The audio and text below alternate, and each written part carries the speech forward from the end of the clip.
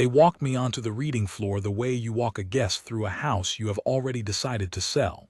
Polite, brisk, nothing for me to touch. The Tanouth Conservatory of Recovered Things sat under a moon I had no name for, and the reading floor was its cold heart.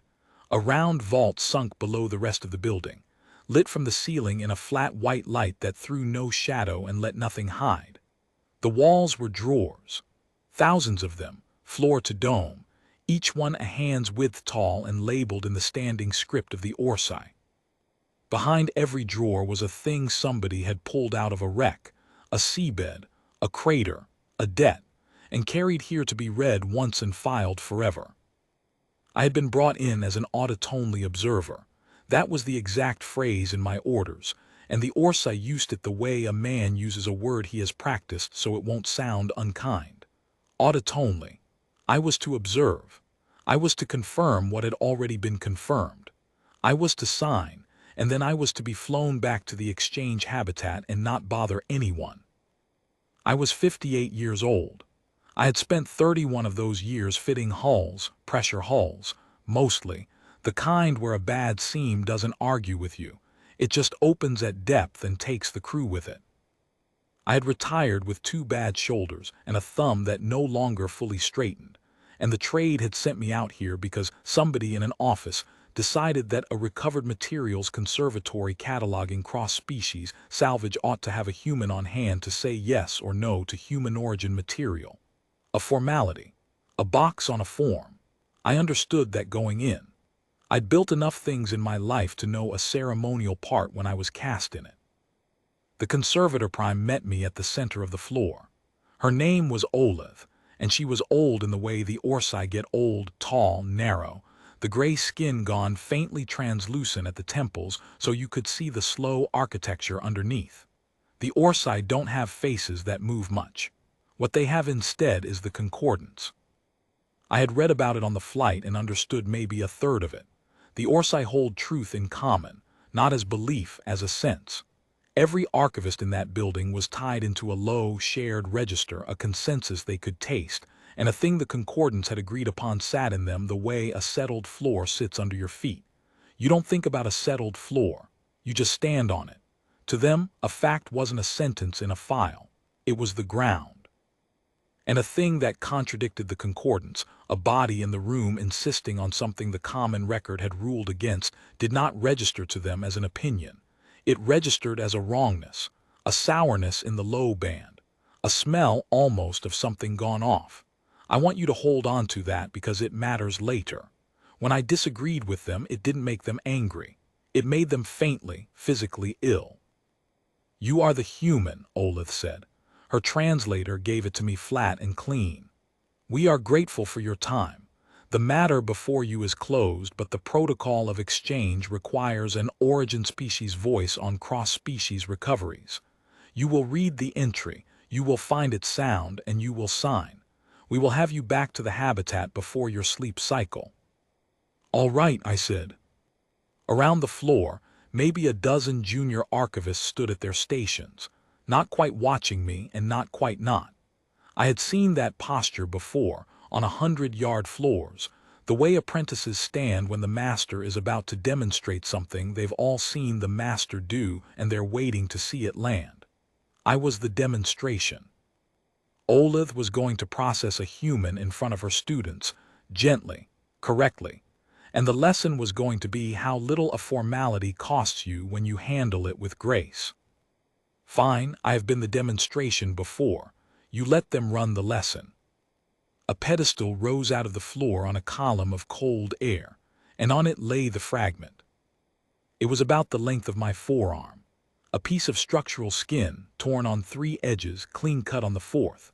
Gray-silver, dulled by however long it had spent in a drawer, with a faint iridescence under the flat light where the surface treatment had survived. One face was smooth. The other carried a run of marks, a seam, a row of fastener seats, and a long, shallow scoring where something had dragged across it before it came to rest wherever they'd found it. Olith began to read the entry aloud for my benefit, in the cadence of a thing recited so many times it has worn a groove. "Recovered salvage, designation 741. Inert, no determinable origin, submitted to concordance review in the year of recovery and again in the 2 subsequent audits. Concordance finding, unanimous and unaltered across 60 of your years. The object exhibits no maker. It is debris of the medium, the kind of formation that accretes in deep salvage fields where many wrecks have ground together over ages, taking on the false appearance of intent. We file such objects as dead salvage. The medium makes shapes that look made. They are not made. The concordance settled this before you were born, human. You will not unsettle it.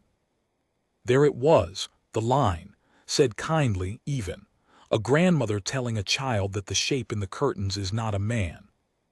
The junior archivist held very still. I looked at the fragment for a while. Olith let me. She had the patience of something that has already won. Can I touch it? I said. A small movement went through the floor. Not alarm. Surprise that I'd want to, the way you'd be surprised if a guest asked to touch a painting in a museum. Not because it's forbidden, exactly, but because nobody who understood what they were looking at would need to. It is inert, Olith said. There is no hazard, but there is no purpose either. The reading is complete, the concordance. I heard about the concordance, I said. I'd still like to put my hands on it. I read with my hands, old habit. You brought me here to read, let me read the way I read. She considered that. I'll give her this. She was a real conservator, and a real conservator cannot quite refuse a request to examine. It would have violated something deeper in her than the concordance. She inclined her long head a fraction, and the cold air under the fragment eased so the thing settled onto the pedestal where I could reach it. I took my time. You always take your time. The first thing a hull fitter learns is that the hand tells you things the eye argues with, and if you let the eye go first, the hand never gets a fair hearing. I ran my bad thumb, the one that won't straighten, along the clean-cut edge. The torn edges I left alone. Tears tell you about the end of a thing, not its making, and I wasn't interested yet in how it died. I was interested in the one edge somebody had cut on purpose. And there it was under the pad of my thumb. A cut has a grain to it, a thing torn by the medium. Ground by ages of wreckage rolling against wreckage in some deep field that has no grain. It's random all the way down, chaos at every scale, and your thumb feels the chaos as a kind of nothing, a surface with no opinion. This edge had an opinion.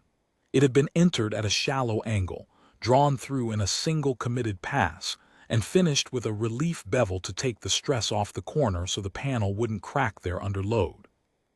Nobody bevels chaos. The medium doesn't take the stress off corners. Only a maker who has watched a corner crack under load and lost something for it learns to bevel. I didn't say any of that yet. I moved to the fastener seats. There were 11 of them in the run, and the spacing told me the next thing. They weren't evenly spaced. They crowded near the seam and opened up as they ran toward the torn edge, and the crowding wasn't sloppiness. It was a maker putting fasteners where the load lived and saving weight where it didn't. That is a decision. That is somebody standing at a bench with the same problem I'd stood at 1,000 times. Hold it where it'll try to tear, and don't carry an ounce you don't have to. And then I turned the fragment over, the way you do, and I found the thing that stopped me. On the smooth face, faint, almost polished away by 60 years and however long before that, a witness mark. A little punched dimple beside the seam, off to one side where it would never carry load and never show in service. I have made 10,000 of those marks. So has every fitter I ever trained and every fitter who trained me. It is the mark you punch to say I checked this seam. This one is mine, you can trust this one. It is not in any spec. No engineer ever asked for it. It is a thing makers do for each other across a shift change. A small private grammar that says a human stood here and put their name on this so the next human wouldn't have to wonder. I knew the punch. Not the individual. I'm not going to tell you I recognized a hand across 60 years in a galaxy. That would be a lie and you'd be right not to believe it. But I knew the tool. I knew the angle a tired fitter holds that punch at near the end of a long shift, and I knew the depth you stop at when your shoulder is going and you've still got 40 seams left. I had held that tool. My shoulders had gone exactly that way. I stood there with my thumb on another fitter's witness mark, and I understood that I was the first person in 60 years to read this thing in the only language it was written in. "Conservator," I said, "who recovered this?" Olaf answered without consulting anything. The concordance held it. A salvage interest in a deep field beyond the trade lanes. They brought it in as part of a lot. It was the only piece they could not place. It was read, found originless, and filed. "They couldn't place it because it isn't from anyone they trade with," I said. "It's from us." The floor changed. I felt it before I understood it.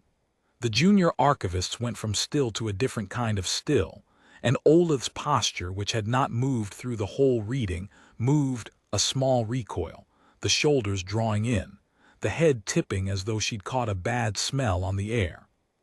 She had. That was the wrongness I told you to hold on to. I had just put a fact into the room that the concordance did not hold, and to her body it was not a claim to be debated. It was a sourness, a thing gone off. Her whole cast tasted it at once through the low band, and I watched a dozen archivists flinch from a thing only I had said. "That is not possible," Olaf said, "and she didn't say it the way you say a thing you've reasoned out. She said it the way you say there is no draft in here while the candle is bending sideways.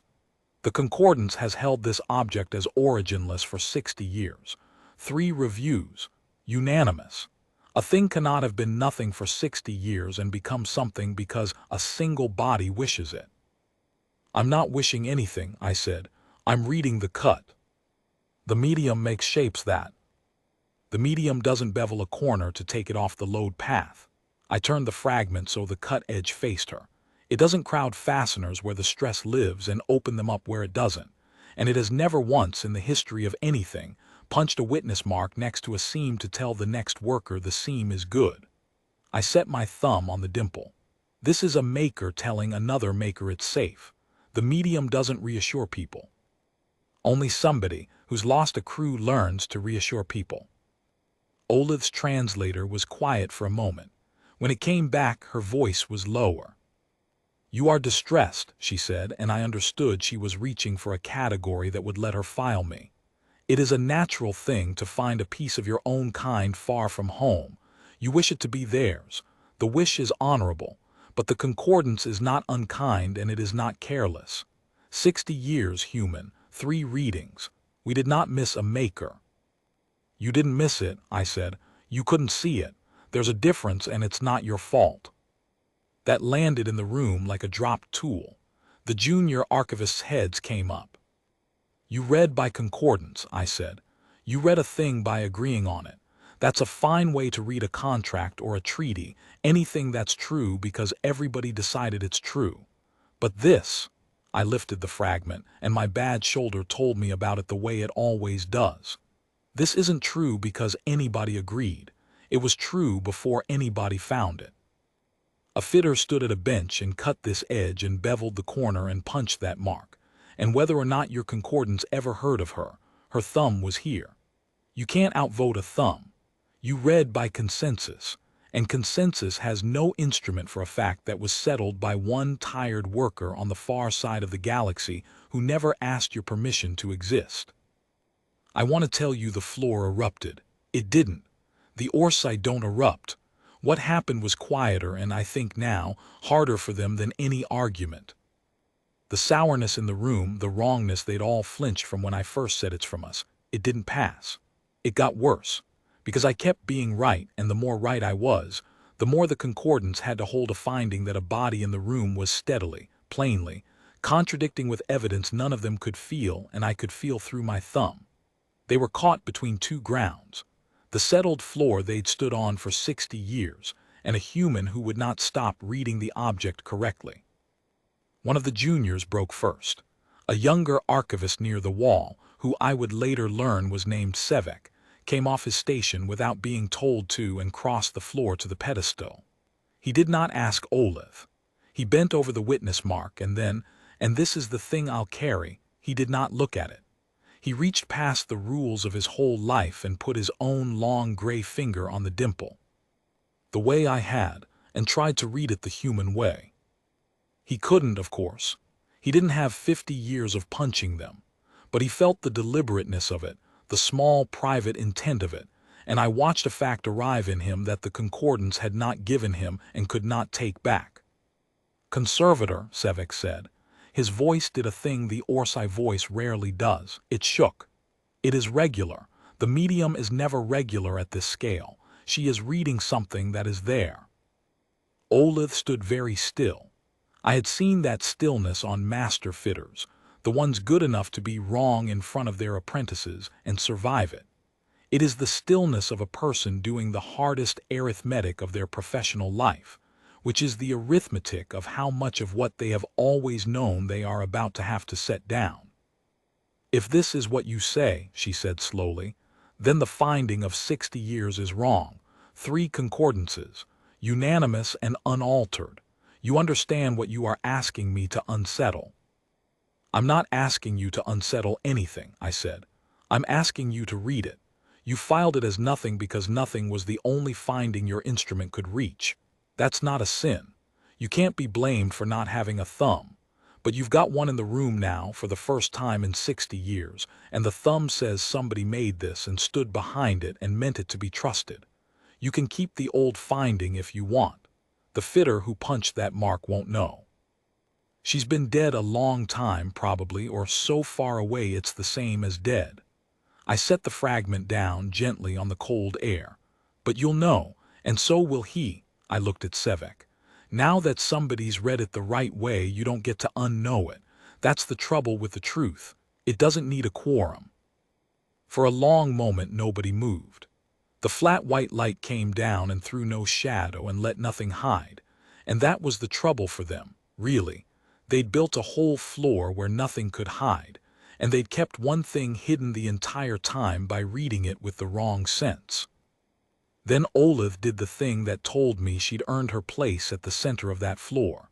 She did not defend the finding. She did not file me as distressed and have me flown home. She walked to the pedestal slowly, and she looked at the fragment the way I'd looked at it, not to confirm what she knew, but to read what was there. 60 years, she said, mostly to herself. "We read it 3 times, and we read it as the medium's lie." She turned her long head toward the wall of drawers, all those thousands of findings, every one of them held in common, every one of them ground into the floor she'd stood on her whole life. I think in that moment she was wondering, the way I'd have wondered, how many other drawers held a thing nobody in the building had the right sense to read. I think that wondering cost her more than admitting this one. "Strike the finding," she said. A junior started to say something about review and quorum, and she cut it off with a gesture I understood without a translator. "It does not require a quorum," Olith said. "It was never going to require a quorum. The human is correct. A thing made by a hand is true whether or not we agree to it, and we have been agreeing to a falsehood because the falsehood was the only thing we could feel. Strike it. Refile 741.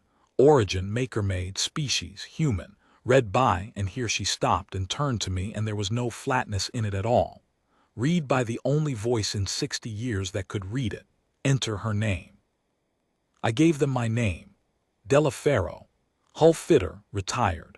I watched a junior enter it into a record that had held nothing for 60 years, beside the punch mark of a woman I would never meet, whose tool I knew and whose tired shoulder I'd shared without ever sharing a sky with her.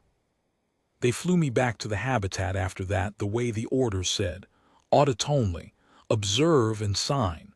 I'd done both, technically. I just hadn't signed the thing they'd brought me there to sign. Olith walked me to the lift. The Orsai don't shake hands.